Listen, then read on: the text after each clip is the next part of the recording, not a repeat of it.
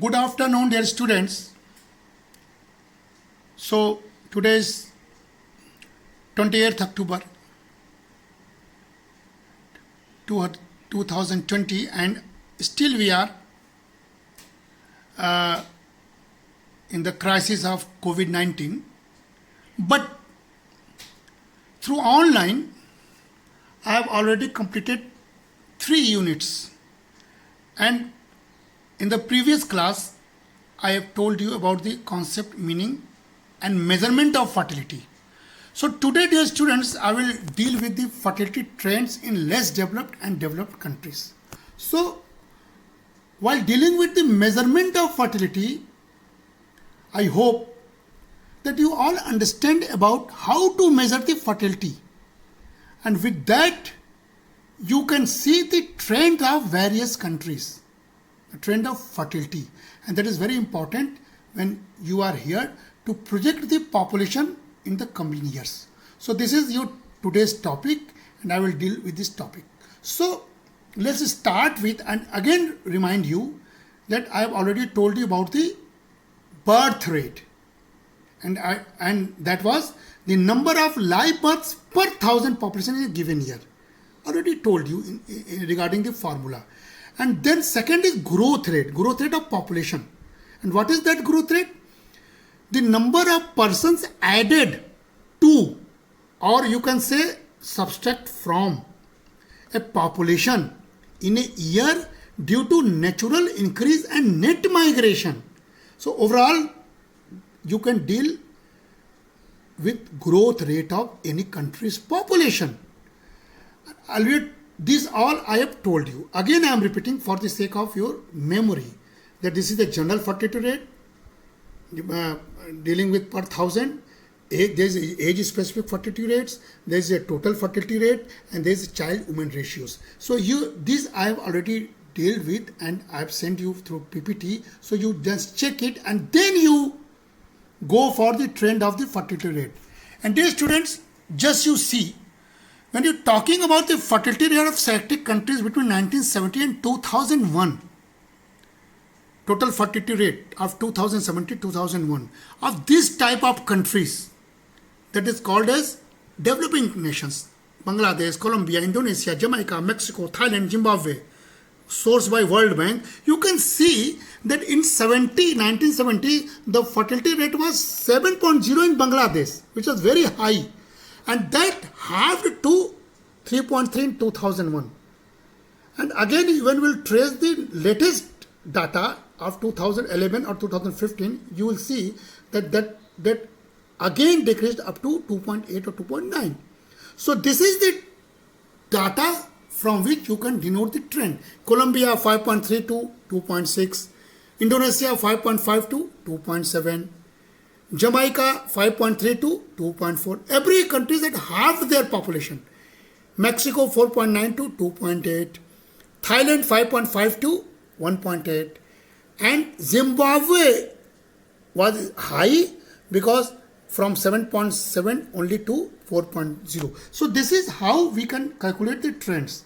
And this is called as a replacement fertility. That means total fertility rate explores replacement fertility levels. We have to move towards the replacement fertility levels. That is 2.1. And a population with replacement fertility will stop growing the population. And so, in country like United States with low mortality rate, 2.1 total fertility rate is produced replacement level fertility, where as per Sierra Leone, total fertility rate should be greater than 3. So you can better compare with developed and developing nation. And then you can see this graph, important diagram. This shows the trend diagram of 2 developed nations, region, that is North America and Europe, 2 developed regions. Total fertility rate in Europe and USA. You can better compare. In y-axis, you can see there is a fertility rate denotes from minus 0.5 to 1.52, and we have narrated up to 4, expecting that fertility rate will be below the 4 in each and every developed nations. And in x-axis, time frame from 1950 to I have rated here to 2005. You can better see the recent tables also and calculate this trend diagram. You can see in North America in 1950-55 the fertility rate was very high, that is more than 3.5, and but that in same period in 1950 the European fertility rate was only 2.7 or 2.8, because you all know the industrial revolution took place in Europe only, and that was the developed nation in 1950 and 55, and hence there was a low fertility rate, lower than North America. But again you can see from 50-55 to 60-65 and from 60 to 75 the fertility rate of North America down very steeply and moved towards near about replacement level, that is up to 2 in 70-75, and that is due to huge investment in human capital.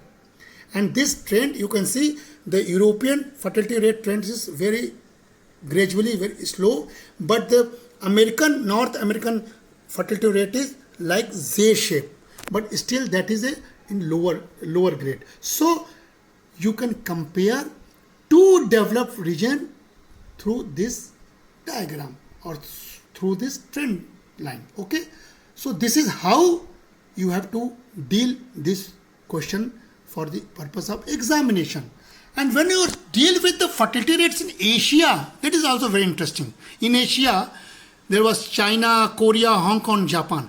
And there is also y-axis from 1 to 7% fertility rate, and x-axis denotes 60 to 2006 time period. You can see China was the highest fertility rate country in the year 2050 and 55.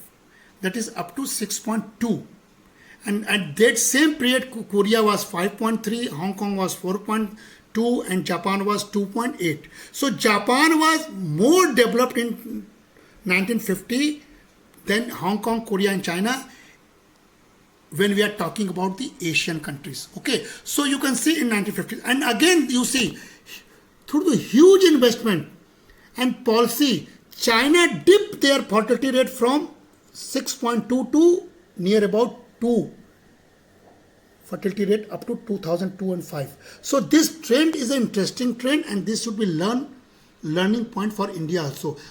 Each and every country is decreasing as per their fertility rate, but China and Hong Kong is decreasing much steeper than compare of Korea and Japan. So dear students, you can deal this question, compare with developed and developed nations and compare within Asia, then you can see, observe this type of trend diagrams and this type of fertility trends. Okay, and this is also other some countries showing the European countries, France, Germany, Spain, every European countries are decreasing trend as per fertility trend. Okay, and this is you can trace at tables from various sources of World Bank or World Population Reports, and then you can trace from that tables 2 or 3 countries of each region, and you can draw the table. And when you see the European fertility rates in 2001, you can see France, Denmark, Finland, Netherlands, you can see TFR is the children per woman. In France, there was 1.90 in 2001 fertility TFR. In Denmark, it is only 1.74. In Finland, it is only 1.73. In Netherlands, it is only 1.69. And when you talk about Italy, there is the lowest TFR, that is 1.24. So in each European country, TFR is very low, just below the replacement level.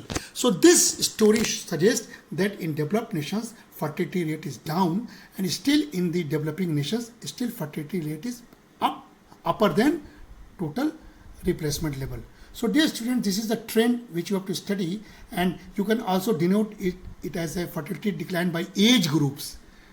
You can also see this, and when you talk about the regions, then you can see the less developed region is still growing, population is still growing, and more developed regions is almost parallel to x-axis. So when we project up to 2050 population, you can see more developed regions is stable population, and less developed region is a growing population. So this is the difference between developed and more developed regions, developing and developed nations. And better you can suggest that in less developed region, still we have to work for the lower fertility rate, and that should be get through growth or get through development process. Okay, so this is how the natural increase. You can see the blue one is a birth rate decline and black one is a mortality rate decline. So dear student, this is how we can talk about the topic of trends of fertility diagram. And when you will talk about the factors affecting the fertility rates, then dear students, I will just tell you what are the factors affecting the population growth rates. So because there is a one topic also, factors affecting fertility and mortality, but here I will tell you only the factors affecting the fertility rate.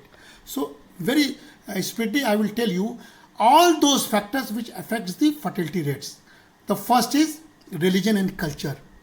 We all know some religions promotes large families, and also some cultures a big family is a sign of status. This we can very much witness in India also. Second is economic value of children. Some countries schooling not compulsory and children work in homes, and they can work from 3 years old. No state pensions, so rely on children for financial security in old age. This is story of poor population or poor nations, because in poor families, in poor class, they have children, they use children as a productive one, because every children work after age of 5 and they are unorganized workers, and that is a very sad side of the development story. So this is also affecting the fertility. And third is age structure, raised when there is a high proportion of people in the reproductive age or migrants, just like India. India has a high reproductive age. All the major population is up from 14 to 49, and that is the exact reproductive age. We all know while studying the measurement. Okay, so another is education and contraception. This is very important, which affects the fertility. Awareness of birth control and benefits of fewer children. And next is access to contraception. Now many countries providing family planning services. Nigeria can be 3 hours to nearest clinic. So this is a great concern. And next is status of women. Some societies see a woman's duty to bear children and are considered worthless until they fulfill their role. So status of women also affect the fertility. In the country where the status of women are low, fertility rate is high. You can see in India, in the rural background, the low level of status of women translate more fertility in the rural area of the India. So we have to focus on the status of women through women empowerment schemes. And next is education of women. In medium developed countries, women who are educated tend to pursue a career first and family life second. So this is a very much important tools which affects the fertility rates. And last but not least is political policies. We all know in 60s China adopted one child policy, and that affected the fertility rate of China. But India, and this is a democratic pattern of society, we can't suggest such type of policy. So we have to think of alternative population policy, but our target should be how to reduce the population in our country also. So, but at least, dear students, I will said that economic factors are the most important factor for the fertility rate, because we all know the level of economic development means higher development is equal to lower birth rate. You can see the country in a higher development position have a lower birth rate, and even in India, the developed states have a lower birth rates. So this is the things we have to study. And second, developed world kids are expensive. That's why in developed nations, fertility rates are down. And small families means that is equal to increased standard of living. And in hard times, people have less kids to maintain standard of living. So developed world's kids are expensive. That's why in developed regions, fertility rates are low. And third, high cost of raising or educating kids as incentives to have small families. So this is the very major factors which we have to learn from these slides. So next I will tell about the mortality, but here I am stopping while saying that I have told you today the trends, fertility trends of developed and developing nations, how to compare these trends, and second, what are the various factors which affect the fertility. And that's all of today's class. Thank you very much for your kind attention.